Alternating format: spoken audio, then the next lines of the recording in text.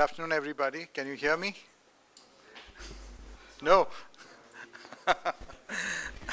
The mic is not on? Okay. Okay. I'd like to welcome you to this first set of lectures of the Subramaniam Chandrasekhar lecture series. And before I actually tell you a little bit more in detail about this series and the speaker, I'd like to invite Mustansir Burma, our director, to say a few words. So I'm very pleased to be here at the start of this series, this lecture series named after Subramaniam Chandrasekhar. I was just talking to Spencer about this series, and I was very happy to learn that it's always the case that the first lecture in the, of each of these events that will happen will be at a general level, followed by lectures which are suitable for the specialists. I think that's a great way to communicate, some really frontiers areas to the rest of us who are not necessarily in that area. I'm very happy that the ICTS has sort of taken this initiative, and well, Subramaniam Chandrasekhar, of course, was an outstanding theoretical physicist of the last century, and I'm very happy that we have another outstanding theoretical physicist, Ashok Sen, today, who will deliver the first lecture. And I would ask Spencer to come back and tell us a little about both these people. Thanks. Thank you, Mr. Spencer.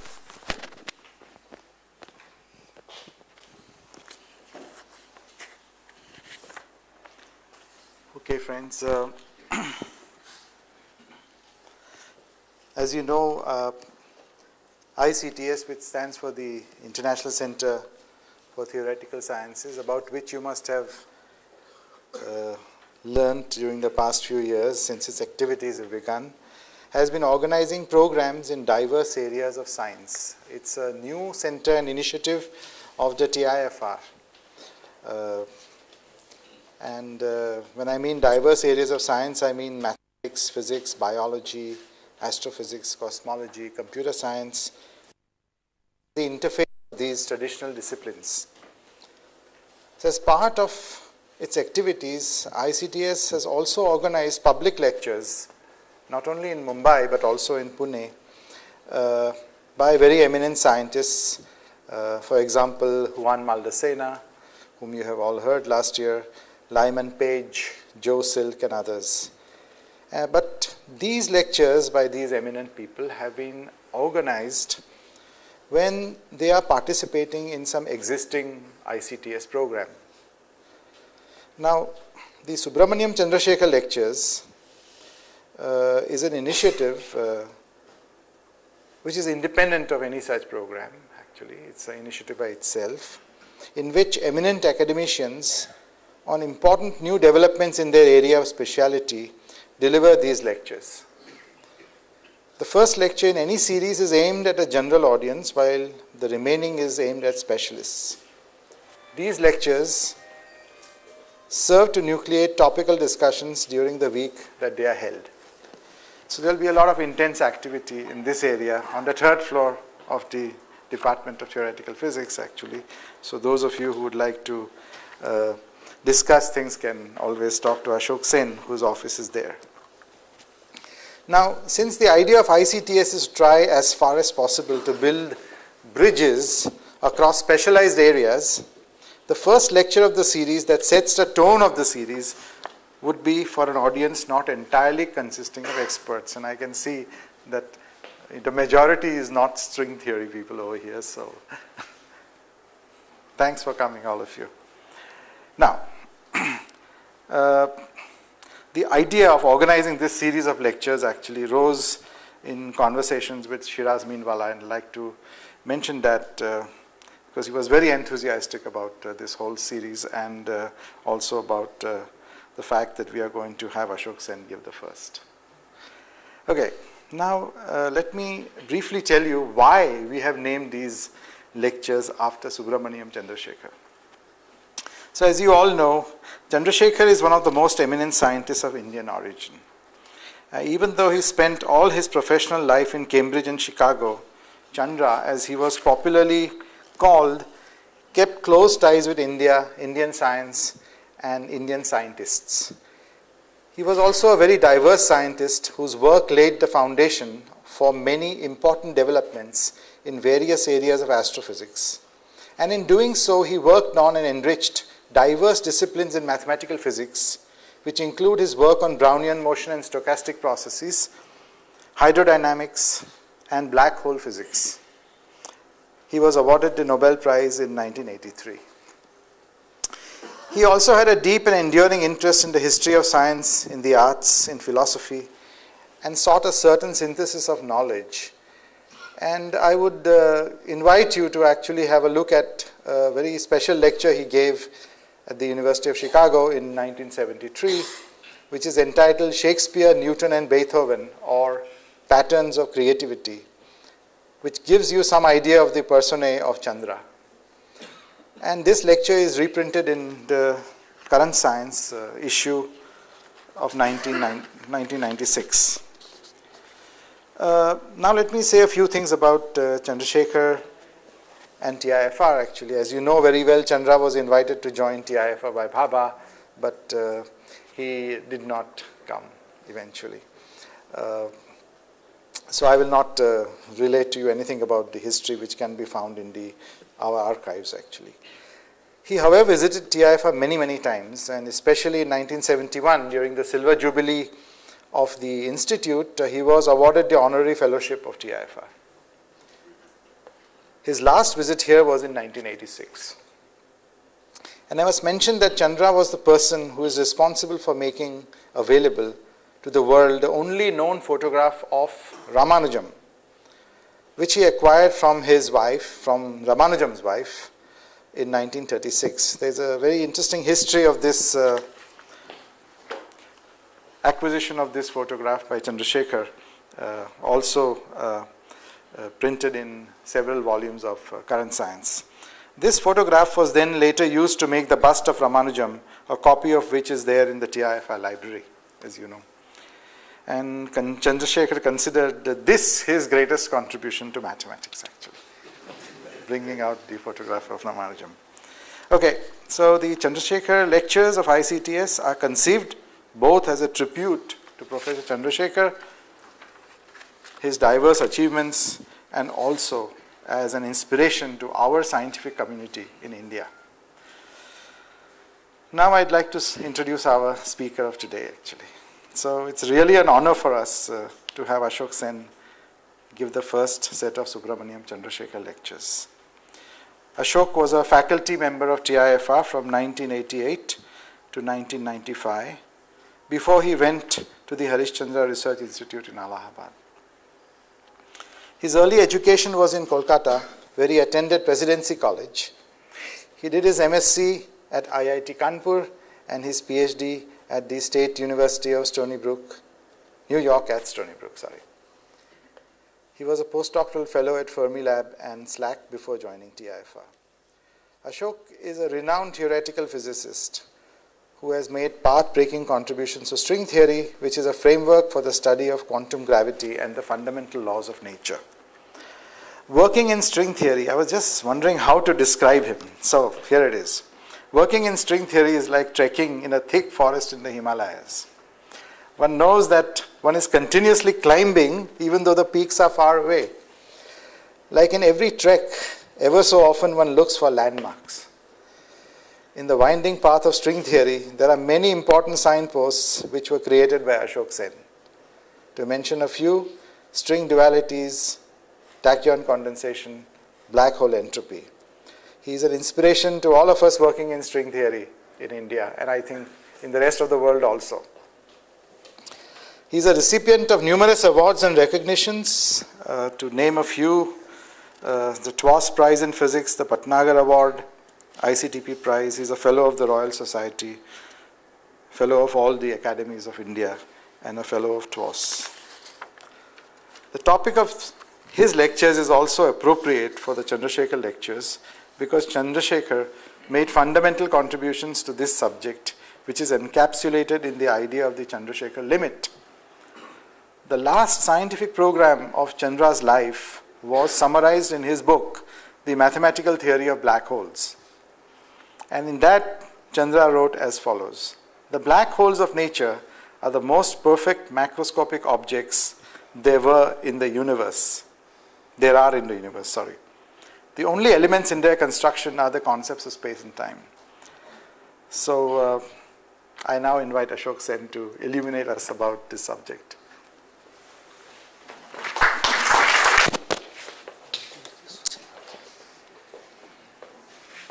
Okay, it's a great honor for me to be invited here to give the first Subramaniam Chandrasekhar lecture, and I am also happy that the subject of my talk is close to what was Chandrasekhar's subject of research, namely black holes.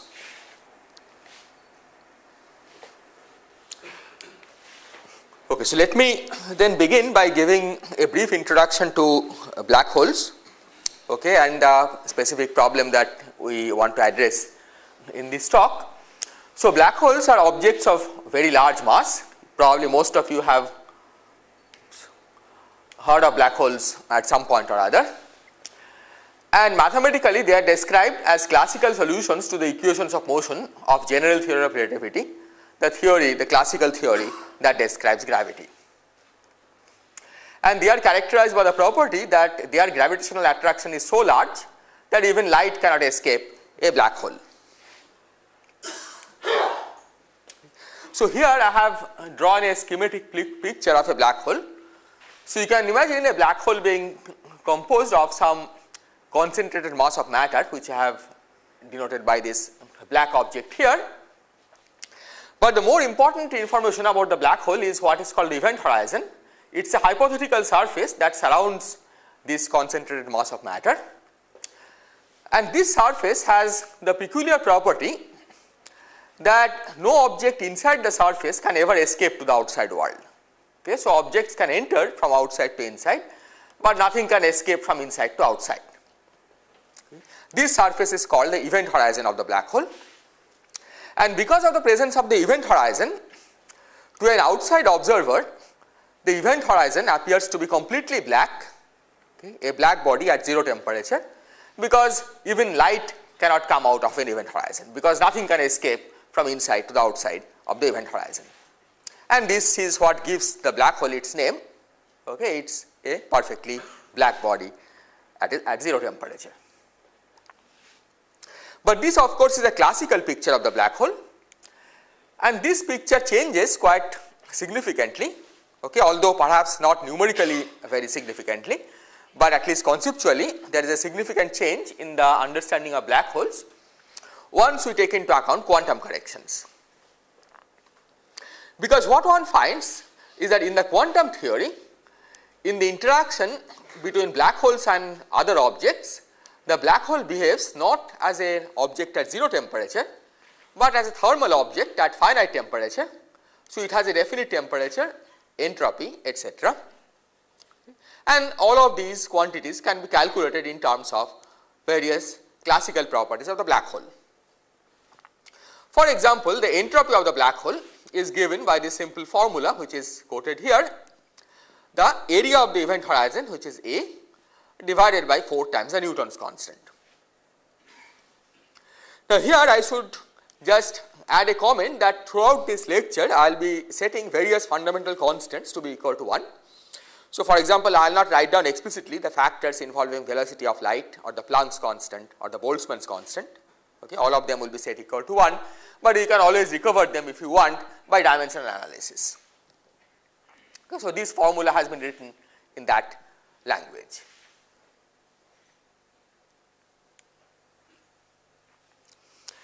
Now if we recall our understanding of entropy from the point of view of statistical mechanics, then we know that in conventional statistical mechanics, the entropy of a system has a microscopic explanation or a microscopic definition.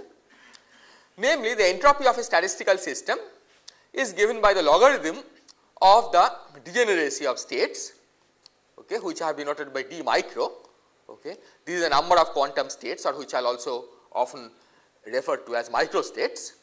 Okay. So, this number is the number of quantum states available to the system for a given set of macroscopic charges. Okay. Macroscopic charges are the charges which you can measure from without doing a microscopic experiment on the system, and examples of such macroscopic charges are, say, total electric charge carried by the system or the total energy carried by the system, and so on. So, this leads to a natural question: does the entropy of a black hole have a similar statistical interpretation as this one?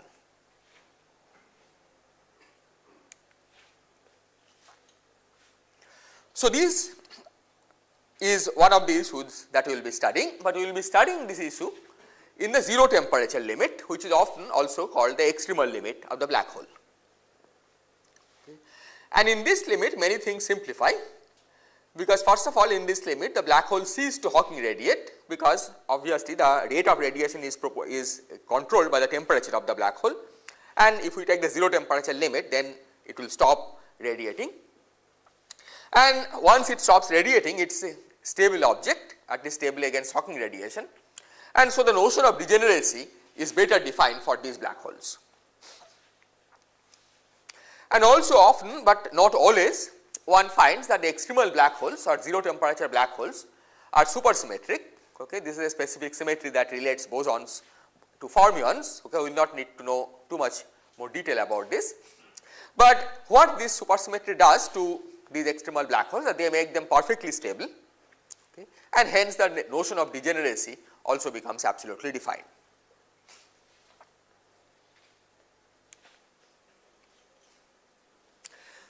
And it has been one of the great successes of string theory that for a class of supersymmetric extremal black holes in string theory, one can indeed find a microscopic explanation of the Bekenstein-Hawking formula. And this microscopic explanation takes the form of an equality between the entropy of a black hole, okay, which is calculated from this geometric formula, area of the event horizon divided by 4 times the Newton's constant, and the logarithm of degeneracy of microstates or quantum states. So, this object, what I will denote by d micro, and I will have much more to say about this in the rest of the talk. Okay. This is the degeneracy of microstates, and it is usually calculated by considering a system of objects. In particular, technically they are often called d-branes, but there are various other kinds of objects that you can consider in string theory. So, you take some system of objects in string theory whose dynamics is understood, well understood, and then we simply count the number of states of the system. This is the way we calculate this object, which I am denoting by d micro. Okay. And what is more surprising is that this calculation by itself does not make any direct reference to the black holes. Okay. The only input about the black holes that goes into the calculation of d micro are the charges that the black hole carries. So, one simply constructs a microscopic system carrying the same charges as the black hole whose entropy you are calculating, okay, and then count the number of states, okay, of number of supersymmetric states of this system, okay, and then compares the two sides, and one finds indeed that the two sides agree.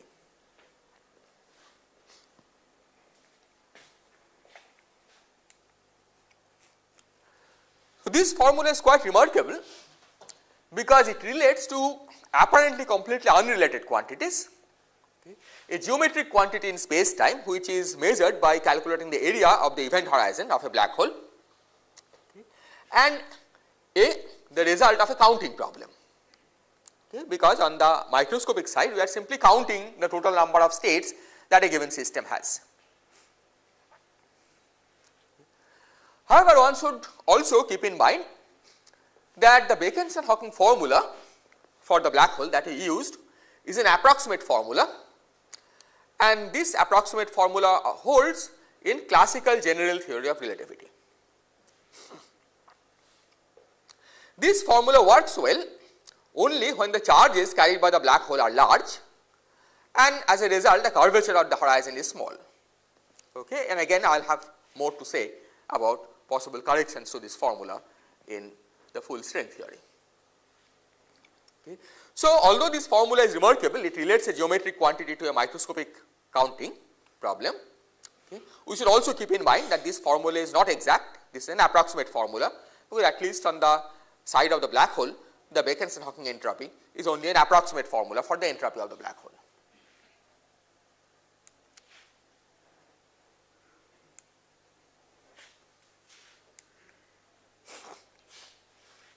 Now, it is not that the analysis simplifies on the black hole side, okay, in the form of Bekenstein-Hawking formula. It also in fact simplifies on the microscopic side when the charges are large. Because what one can do when the charges are large is that instead of doing exact counting of quantum states, we can use approximation methods which gives us a result for the counting for large charges. Okay. So, when we say that in string theory we can make a comparison between the entropy calculated on the black hole side and the microscopic entropy, both sides are calculated only approximately.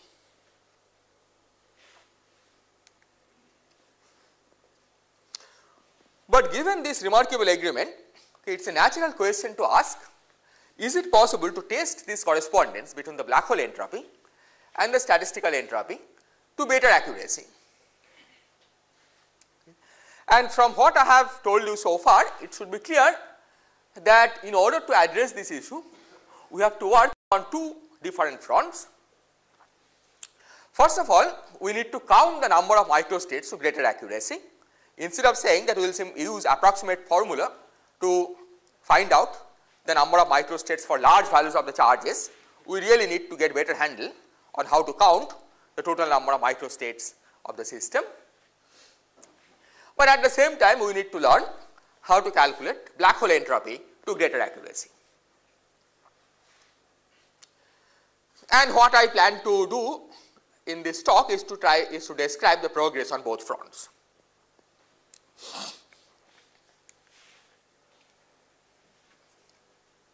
So, let me then begin by describing some of the progress on the microscopic front, okay, in the microscopic counting. Now, string theory of course is a unique theory. Okay. However, you might have learned in various talks that string theory has many different realizations in the form of many different vacuum. Okay. And some of the vacuum are simpler than the others. Okay. So, in a class of theories, or more precisely in a class of vacua of string theory, which are known as n equal to 4 and n equal to 8 supersymmetric string theories in 4 dimensions. You really don't need to know what these are, okay. These are just names for the time being. Okay. But in a class of vacua in string theory, one now has a complete understanding of the microscopic degeneracies of supersymmetric black holes. Okay. And let me describe a little more about what we mean by a complete understanding of the microscopic degeneracies of supersymmetric black holes. Okay. So, typically such vacua of string theory are characterized by multiple gauge fields, okay, multiple Maxwell fields. Okay. And as a result, a black hole in this system will be characterized by multiple charges, okay, because for every Maxwell field you have an electric charge and a magnetic charge. So, if for example the theory has n Maxwell fields, then it should be characterized by n electric charges and n magnetic charges. And the degeneracy or the number of microscopic states should be a function of those charges. Okay. So, the degeneracy is expressed as a function which I will denote by d micro of the charges. Now, it turns out that in the class of theories that I just mentioned, the n equal to 4 and n equal to 8 supersymmetric string theories, this function d micro q is expressed as Fourier expansion coefficients of some well known functions. Okay. Here I have just mentioned two of these well known functions. Okay. Now, of course, Jacobi theta functions is probably known to most of you. Okay. Igusa-Cast form may not be familiar to most of you, but this is also a function that is known to the mathematicians. And of course, there are various other well known functions which appear in the description of these microscopic degeneracies. So, these numbers then one can think of as experimental data, that we get by simply counting the number of states in the theory, to be explained by a theory of black holes. Okay. These experimental data must be explained by an appropriate generalization of the Bekenstein-Hawking formula for the entropy. And indeed, if we take the large charge limit, then these degeneracies, that these Fourier coefficients that we extract, which gives the values of these microscopic degeneracies, do agree with the exponential of the Bekenstein-Hawking entropy of black holes carrying the same set of charges. Okay. This of course had to be the case if the two sides have to agree even in the leading order, okay, where you can ignore all corrections to the Bekenstein-Hawking formula. Now, here I have given an example of a result of such counting. Okay. So, this is a table. Okay, I have just picked up some numbers at random. So, let me just explain what this table shows. So, what this table shows is the degeneracies of a class of supersymmetric states in a specific kind of theory, okay, a specific kind of vacuum of string theory, okay, which is called type 2 string theory compactified on a 6-dimensional torus. Again, the name is not important, it is just some string vacuum. And typically I say that degeneracy is a function of many charges. Okay. What I have done here is to pick a family of such states characterized by just two functions of the charges, okay, which I have denoted by delta and L. And then what I have listed here is the result for the microscopic counting, number of microscopic states for different values of delta and L in this family. Okay. So, this is generated by computer program. Okay. In fact, it is a less than 10 line program that can generate all these numbers, and in fact, you can, I mean, if you just have a sufficiently powerful computer, you can go to as large a value of delta and L that you like. So, this you get by counting. Okay. Here, this is at the logarithm of this column. Okay. So, this is what we will call the statistical entropy. This is the exact statistical entropy for these charges. And in the last column, okay, I have written down the expression for the Bekenstein-Hawking entropy, okay, which for these charges is given by the simple formula pi times square root of delta. Okay. And we see that indeed, okay, these numbers are not very different from each other. Okay, they are of course not the same, okay, which you do not expect because the two sides are supposed to agree only for very large values of the charges, okay, namely for large delta. So, clearly there is room for improvement. Okay, these are the exact results. This is what the Bekenstein-Hawking formula gives you. Okay. And we would like to develop a systematic way to correct the Bekenstein-Hawking formula, which will reproduce these numbers.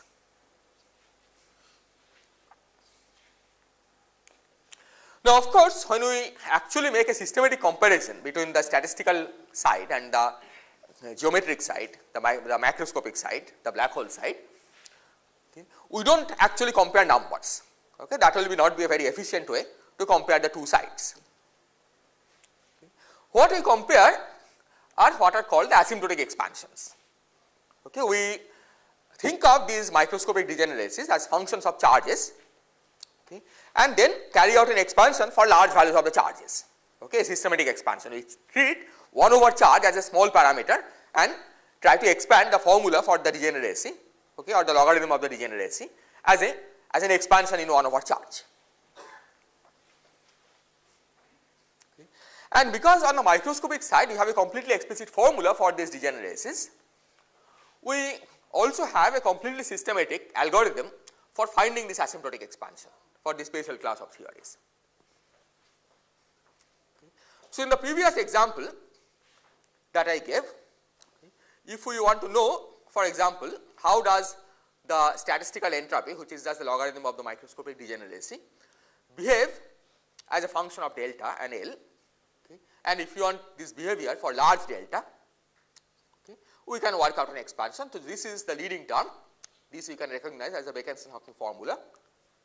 Okay, it agrees with the Bekenstein-Hawking formula, it is of course calculated on the microscopic side, and then there is a first correction which is minus 2 log delta, and then there are corrections which are suppressed by inverse powers of delta. Okay, so there is a correction of order 1 over delta square and so on. Now, this formula by itself, as you can see, does not really see the dependence on this parameter L very well, okay, And this in fact you can also see from this table. Okay. You can see that the dependence on L is highly, is very small. Okay. It is a tiny dependence, because when you change L from 1 to 3, okay, these are of course just numbers that I have not explained here. Okay. In later talks I will try to give more details of this. Okay. But you see the numbers do not change that much. Okay. Similarly here, between these two, the numbers do not really change that much. Okay. But there is some dependence. Okay. So, to show the L dependence of this formula, it is best to find the difference, to look at the difference between the formula for the microscopic degeneracy for a given value of L and its value for L equal to 1. Okay. Because whenever there are two large numbers which are very close to each other, okay, we can try to extract the dependence on L by taking the difference. And then again we have a completely explicit formula for how this difference should behave. Okay, and here is the formula. This number S here is an integer. This is the lowest integer that is larger than 1 and which is the factor of L. So, if L is a prime number, then S is just L.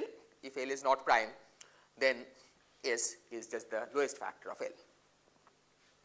Anyway, so the purpose of showing this, okay, is to convince you that on the microscopic side you have a complete story, okay, but the story is intricate. Okay. We have a very complicated set of formula that gives the statistical entropy calculated from the microscopic side. Okay. And it is a challenge to the theory of black holes to reproduce this formulae from the black hole side of the story. Okay. How to correct the Bekenstein-Hawking formula to reproduce this intricate microscopic formulae that we derive. Here is a second example. Okay. This is a different theory. Okay. Here I have displayed the degeneracies of a class of supersymmetric states in another theory, vacuum of string theory, heterotic string theory on a 6-dimensional torus. Okay. And again I have chosen a particular family of charges characterized by two combinations d1 and d2. Okay. These are again two functions of the charges, and here are the degeneracies for different values of d1 and d2. Okay. So, these are the counting results of counting. This is the exact statistical entropy obtained by taking the logs of these numbers, and here is what the Bekenstein-Hawking formula gives you for these degeneracies. Okay. And again you see that the numbers are close, but not exactly the same.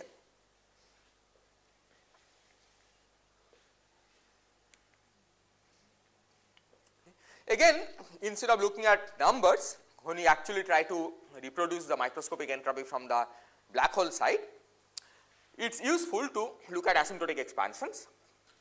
Okay. And here, just to have a variation from what I told you earlier, I have used the asymptotic expansion, but in a slightly different limit. Okay.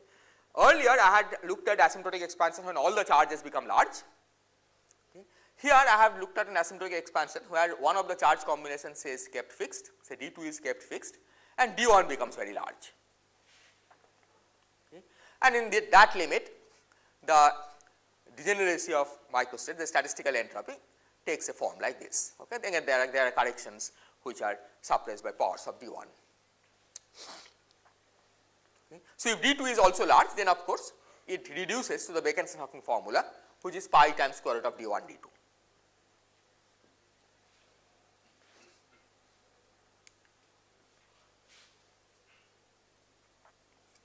So, now we turn to the black hole side. Okay. So, what these examples show is that on the microscopic side, at least in some vacuum of string theory, we have a very good understanding of what the microscopic degeneracy is. We can extract any information that we like about the system, okay, at the microscopic level. Okay. But now we want to see if we can try to understand these stories from the macroscopic side or from the black hole side. Okay. So, in order to explain the difference between log d micro that I displayed in the previous slides and the Bekenstein-Hawking formula for the entropy, we need to understand the corrections to the Bekenstein-Hawking formula. Okay, and this is now corrections from the black hole side, and this is the problem we will now try to address.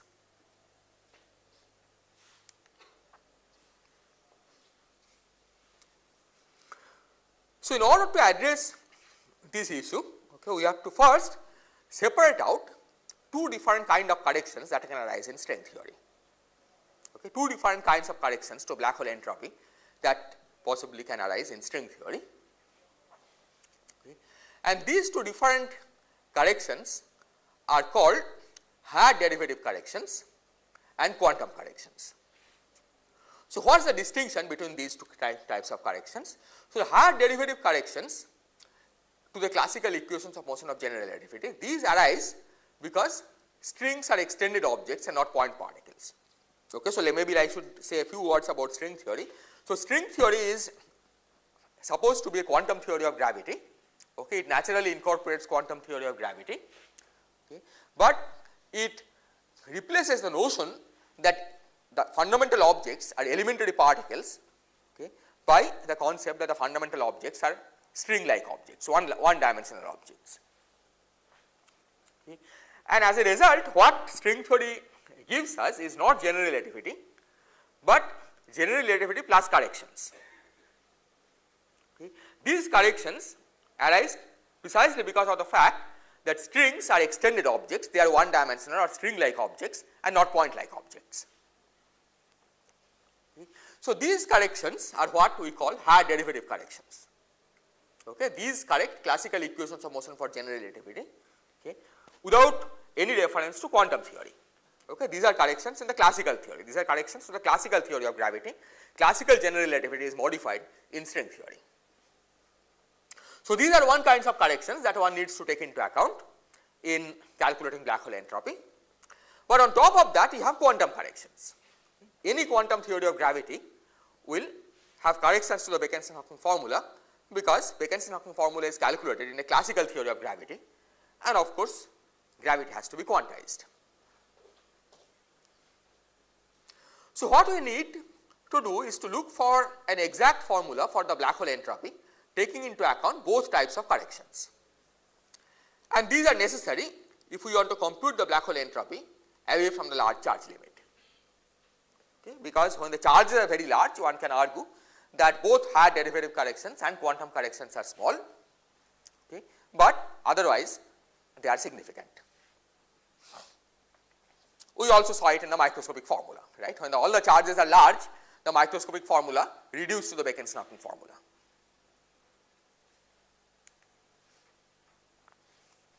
Okay, so here I have again stated the same thing. Stringy corrections and quantum corrections are necessary for computing the black hole entropy away from the large charge limit. Okay. But one can make this statement more precise, okay, and we in fact have more control on this statement. Okay, so let me explain what I mean by that. Okay. Now, typically a black hole in string theory is characterized by multiple charges. Okay. In the examples that I gave you, I told you that the theory has multiple Maxwell fields, okay, and hence the theory carries multiple charges, okay, multiple electric charges and multiple magnetic charges. Now, it turns out that quantum corrections to the black hole entropy and stringy corrections to the black hole entropy, okay, are controlled by different combinations of charges. Okay. So, for some combinations of charges, so you can adjust the charges in such a way, okay, that you can take some combinations to be large, keeping the others small, okay, so that only hard derivative corrections are important. Okay. Or you can take some charges to be large, keeping others small, so that only quantum corrections are important. Okay. Or more generally, both corrections will be important. Okay. So, whether for a given black hole, quantum corrections are important or hard derivative corrections are important or both are important, depends on what charge a black hole carries. Okay. And if on the microscopic side you know the answer for all charges, you can choose the charges in an appropriate way, okay, so that one or other of the corrections are important. Okay. Of course, you can also choose them in a way so that both corrections are important. Okay. It is up to you. Okay. You have that control because you have the exact microscopic formula. Okay. And this makes the analysis much more concrete, okay, as I will now try to explain.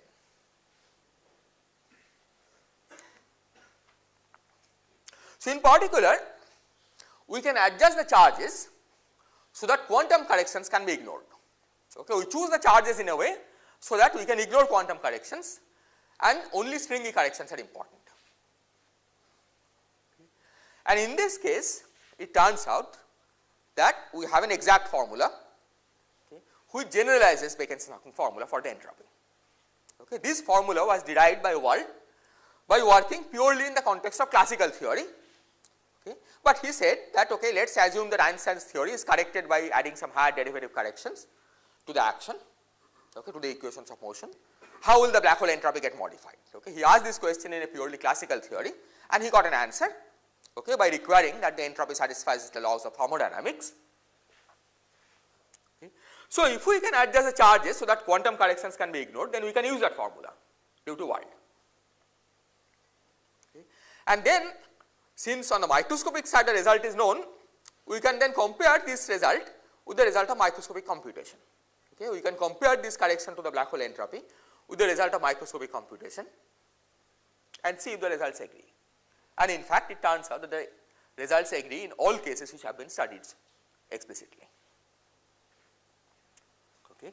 So, string theory not only explains the Bekenson-Hawking entropy, it also explains Wald's generalization of the Bekenson-Hawking entropy, okay, which is at the classical level. So, here I have given an example. Okay. So, look at the example that one of the examples that I described earlier, more precisely this is the example 2, second example that I gave. Black holes in heterotic string theory compactified on a 6-dimensional torus. Okay.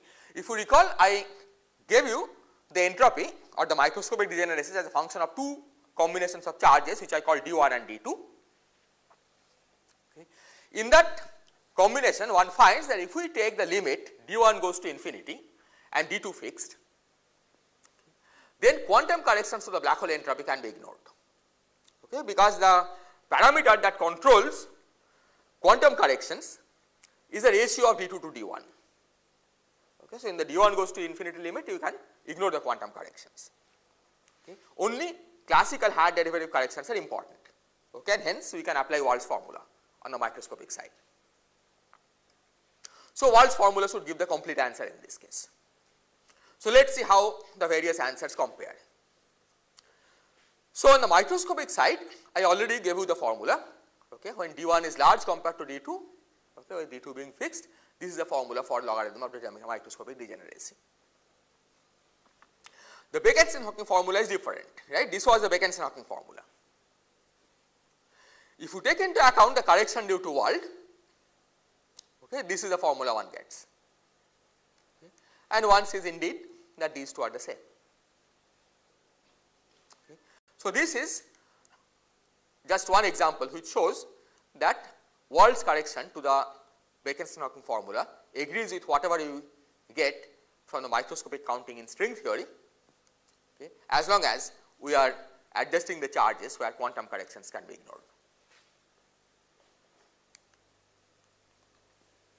So, then the last frontier is to understand quantum corrections to the extremal black hole entropy.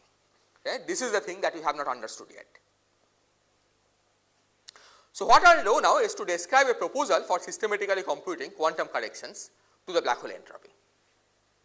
Okay, and most of the next 2 lectures will be devoted to this. Okay. Now, to describe this proposal, I have to say a few words about a space, a particular 2-dimensional space called ADS2, because that plays a crucial role in this proposal. Okay. So, in the next few minutes, what I plan to do is to give a brief introduction to what ADS2 is, okay, why ADS2 is relevant for describing entropy of extremal black holes, and then I will briefly describe what the proposal is. So, what is ADS2? Okay. ADS2 in fact is not very hard to understand if you understand sphere. Okay. Now, how do we describe a 2-dimensional sphere? Okay. The easiest way to describe a 2-dimensional sphere is to think of this by writing an equation in 3 dimensions. Okay. So, you take a 3-dimensional space with a standard Euclidean metric, okay, and write down an equation that one equation that tells you x square plus y square plus z square equal to a square, that gives a sphere of radius a. In describing ADS2 space, all you have to do is to change some signs. Okay. So, you take a 3-dimensional space, 3-dimensional flat space, but instead of taking flat Euclidean space, we take a flat space with a metric which has two minus signs. Okay. And we describe ADS2 again by an equation that is similar to that of a sphere, except that we change some signs. Okay. A is some constant which gives the radius of ADS2 or the size of ADS2, just like for a sphere the A on this side will give the size of the sphere. Okay. And just like sphere has a 3-dimensional rotational invariance which we call SO3 isometry, ADS2 has an isometry or a symmetry called SO2, 1. Okay. This is a generalization of the rotation group of the sphere. Okay, so this is the equation for ADS2 again. Okay. Now, while to describe a sphere, of course, it is simple to write it as an equation in 3 dimensions, but one can also describe the sphere intrinsically as a 2-dimensional space, okay, by introducing the independent coordinates that label a sphere, okay, which are the polar angles, right? The spherical polar coordinate, the polar azimuthal angles describe the coordinates on a sphere. Okay. So we can do the same thing for describing ADS2 space. Okay. So these are the analogues of the theta and phi coordinates, okay, that we use for the sphere. Okay. So we introduced coordinates eta and t, okay, by these relations. So you can check that x, y and z, this parameterization has been chosen in such a way that this equation is automatically satisfied. Okay. So eta and t are now completely independent coordinates. For any value of eta and t, satisfy this equation. Okay. And you can now write down the metric on the ADS2 space by evaluating the original 3-dimensional metric on this surface, okay, and this is the metric. And again you can recognize this as being very close to what we see for a sphere. For a sphere it would have been d theta squared plus sine squared theta d phi squared, right? Here just some sign has changed and sign has become sine hyperbolic. Okay, that's just because of some minus signs that we have introduced. Okay. And it's also often useful to use a different coordinate system. Okay, so instead of using eta, if we use the coordinate r, which is cos hyperbolic eta, then you can write down the ADS2 metric in a slightly different form, which is here. Okay, all these I have written down explicitly because they will appear soon, okay, from the black hole side of the story. So this is ADS2 space. So now we ask why ADS2? Okay, what is the relevance of ADS2 to black holes or to extremal black holes? And the relevance of ADS2 to extremal black holes is that all known black holes, I should have said all known extremal black holes, this is not true for general black holes, all known extremal black holes develop an ADS2 factor in the near horizon geometry. Well, okay, all known black holes develop an ADS2 factor in the near horizon geometry when you take the extremal limit. Okay. In particular, we can ask where does this SO2, 1 symmetry come from? Okay, that we don't see in a black hole space time. Okay. It turns out that the time translation symmetry, which is of course there for a black hole, okay, gets enhanced to SO2, 1 when you go to the near horizon limit.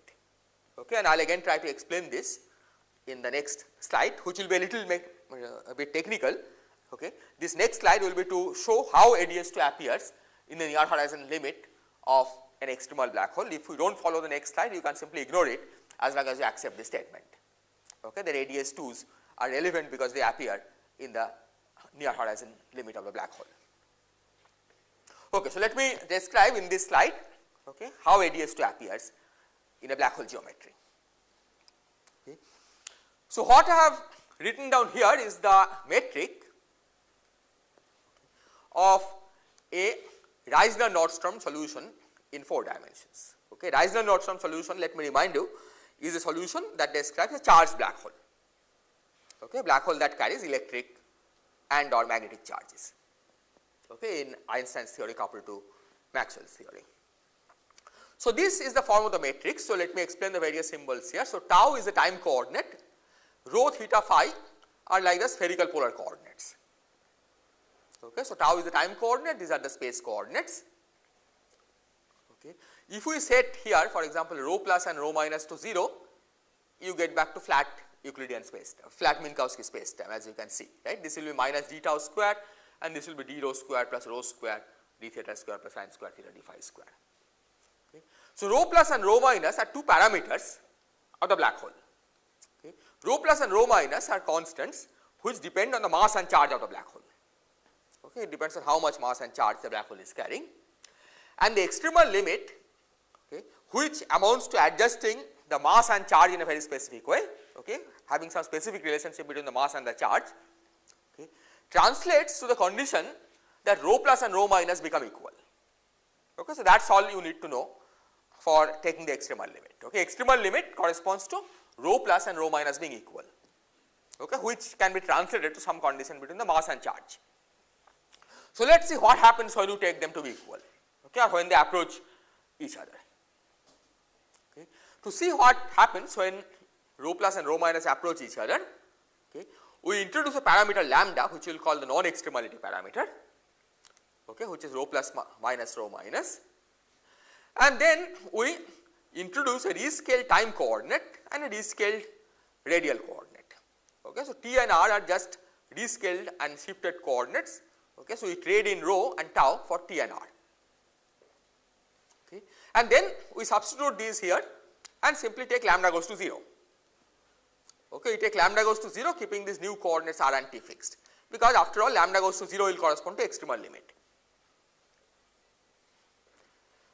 And it is a straightforward algebra. Okay, to do this you start with this metric, make these substitutions and take lambda goes to 0, and we find that the metric splits into two different parts. Okay, as you can see here, this part you recognize as ADS2, this part you recognize as a regular sphere S2. Okay, you recognize this as ADS2 if we just go back 2 steps.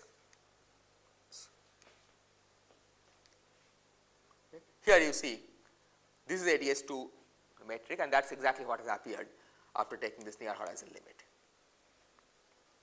Okay, so this is just one example to show how ADS2 appears as you go near the horizon of an extremal black hole. Okay. But what is important is that this is not true just for one extremal black hole, it is true for all known extremal black holes. Okay. And this leads to the postulate that any extremal black hole has an ADS2 factor or an SO2, one isometry in the near horizon geometry. Okay. And this postulate has been partially proved, okay, at least I think it has been proved in 4 and 5 dimension by these authors. Okay. And ADS2 of course is only one of the factors in the near horizon geometry. When you look at the full geometry of the black hole near the horizon, it has a structure of ADS2 times k, okay, where k is some compact space. Okay. In this 4-dimensional space that I described, it is ADS2 times S2. Okay. But if you are dealing with a string theory, then of course string theory contains not just the physical dimensions of space time, okay, which is the observed dimensions of space time, which is 4, but it also carries often many compact dimensions. Okay. You go from a 10-dimensional string theory to a 4-dimensional theory by compactifying, by taking 6 of the dimensions to be small. Okay.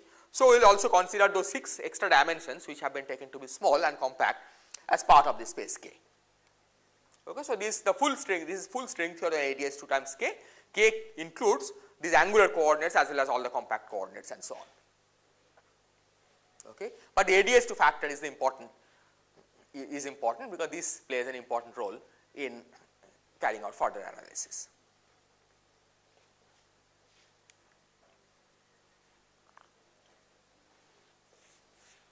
Okay. So here is the proposal for how to compute quantum corrections to the black hole entropy. Okay. And the proposal for the quantum corrections to black hole entropy is that the exact degeneracy of an extremal black hole is given by computing a path integral of string theory over the near horizon ADS2 times k geometry of the black hole. Okay. So we have seen that the near horizon geometry of the black hole has its ADS2 factor. Okay. So that gives you a specific geometry to work with, and then you simply calculate the path integral, the result of path integral of string theory in this geometry. Okay. And that is expected to count the total degeneracy of extremal black holes. Okay. But this time the computation is done from the black hole side. Okay. And there are some consistency checks. Okay.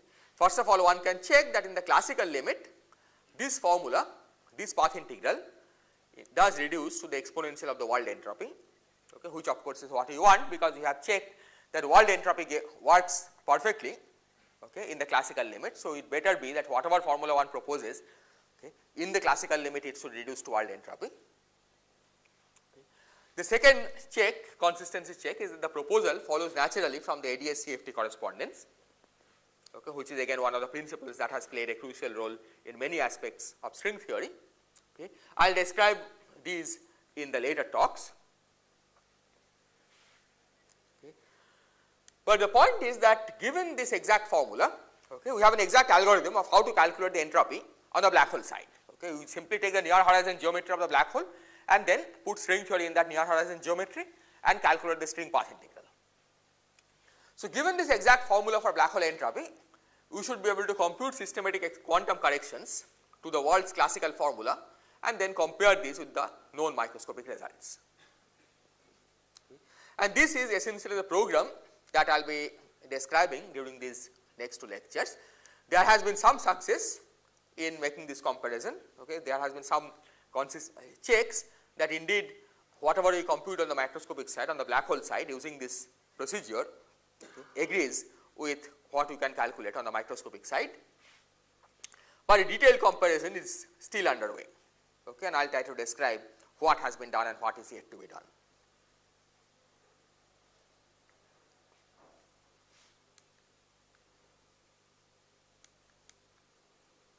Okay. So, let me then end by summarizing the main issues. Okay. So, what we have seen is that string theory offers the possibility of testing the correspondence between black hole entropy and microscopic degeneracies far beyond the leading order. Okay. The fact that string theory can do this at leading order itself is a great success, okay, but string theory in fact can do much better. Okay. It can systematically calculate corrections on 2 sides, okay, in principle and make a comparison. Okay. On the microscopic side, as we saw, we now have a complete understanding of the degeneracies for a class of states in a class of theories. On the black hole side, we have a complete expression for the degeneracy in terms of path integral of string theory over the near horizon geometry. Okay. And as we already said, some checks have already been performed, but a complete comparison between the 2 sides is still underway. So, with this I will stop. Thank you.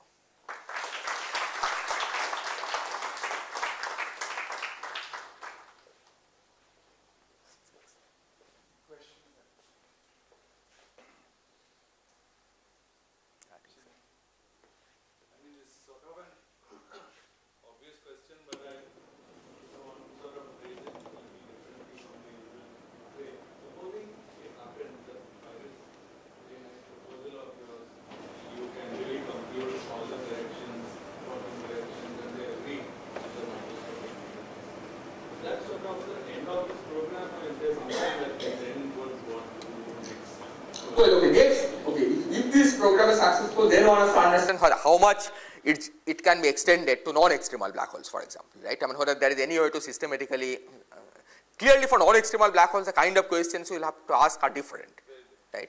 The question is whether these have any bearings on those.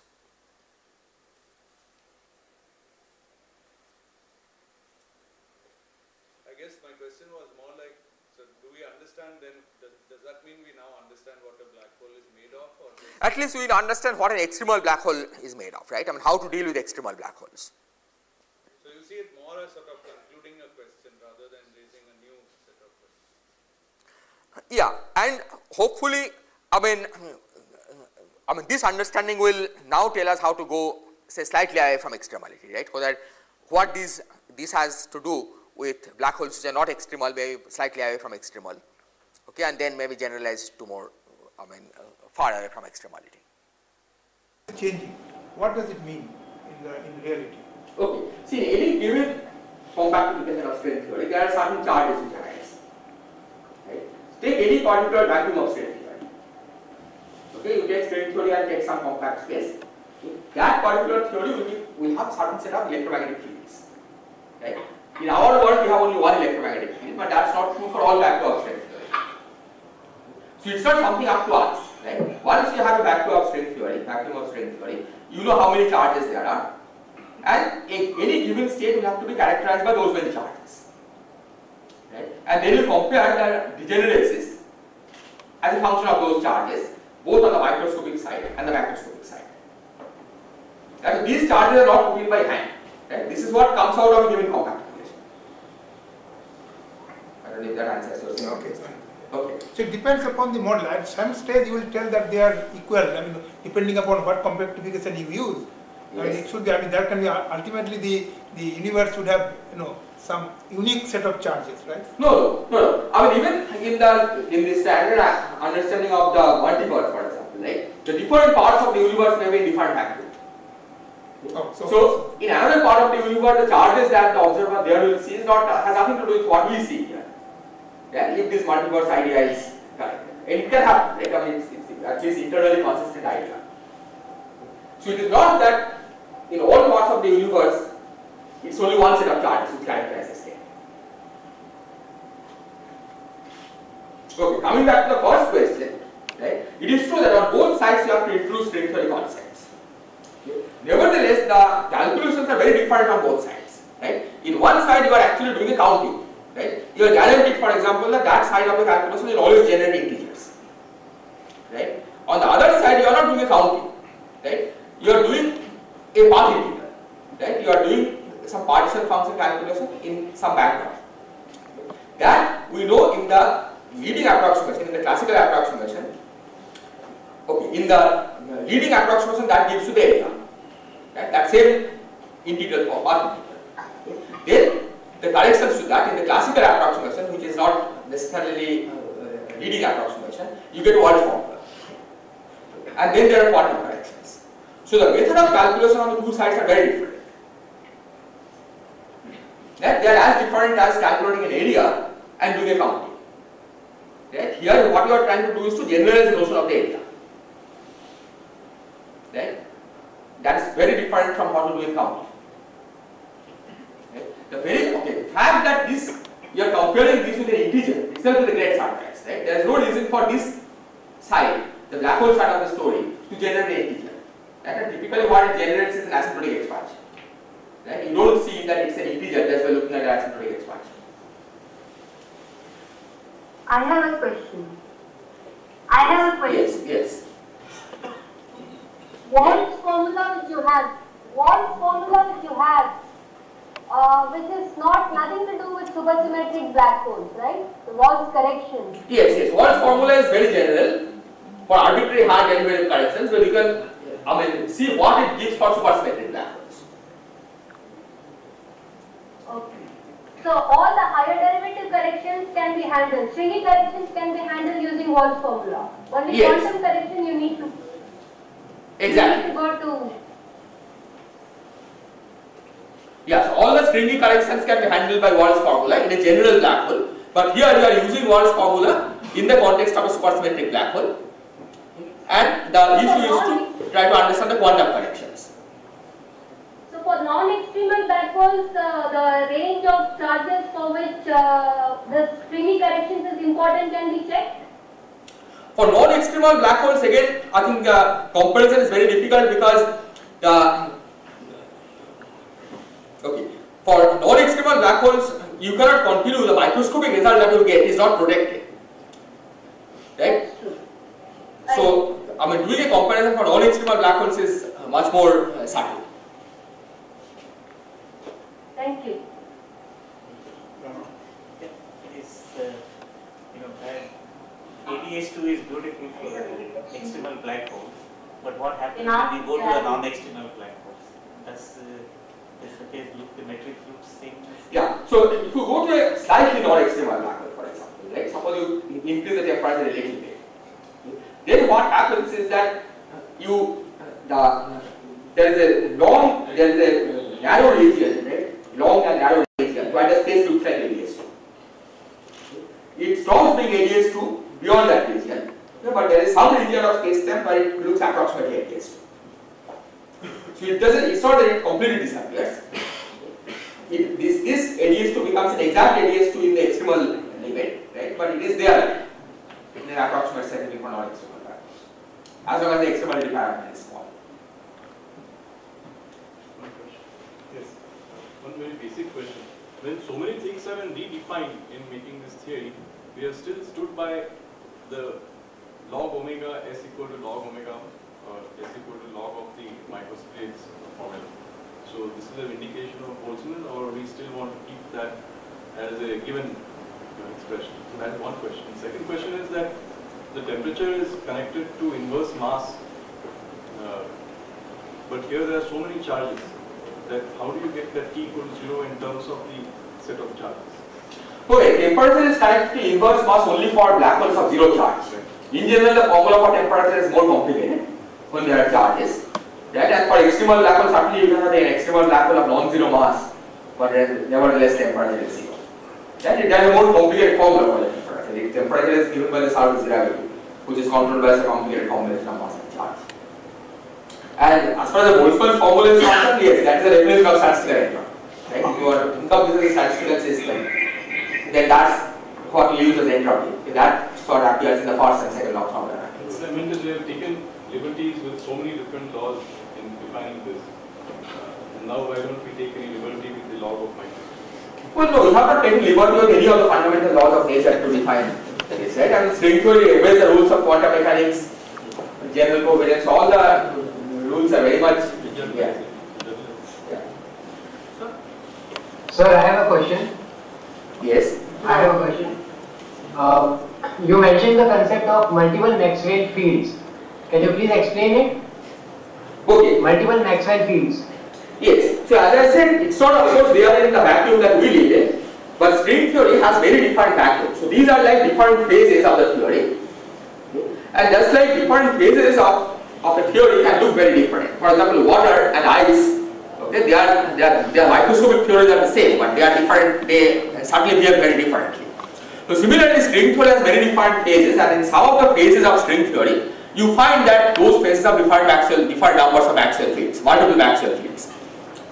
And again, if we come back to this idea of the multiverse, it could be that different parts of the universe are in these different phases. So if we go to another part of the universe, which is different from ours, we will find that in that part of the universe there are multiple Maxwell fields.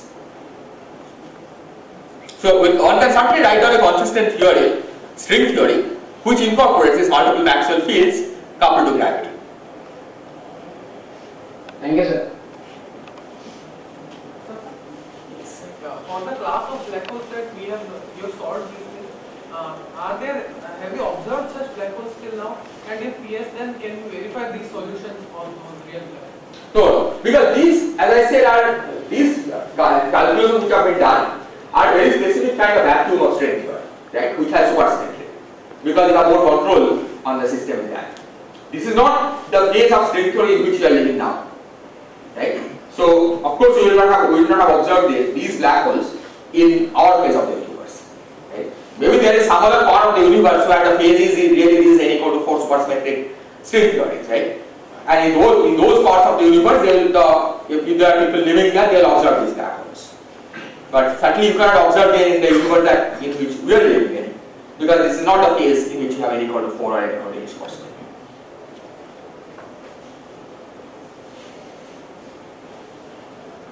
There are no other questions.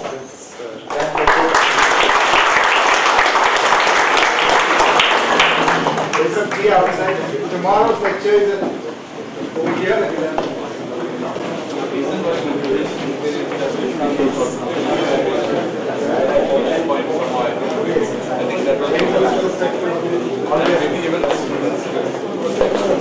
The one thing why after things are nothing theory is not out of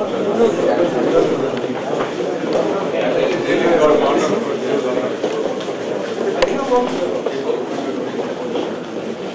the second question I could see that first question Rama and to get pulled up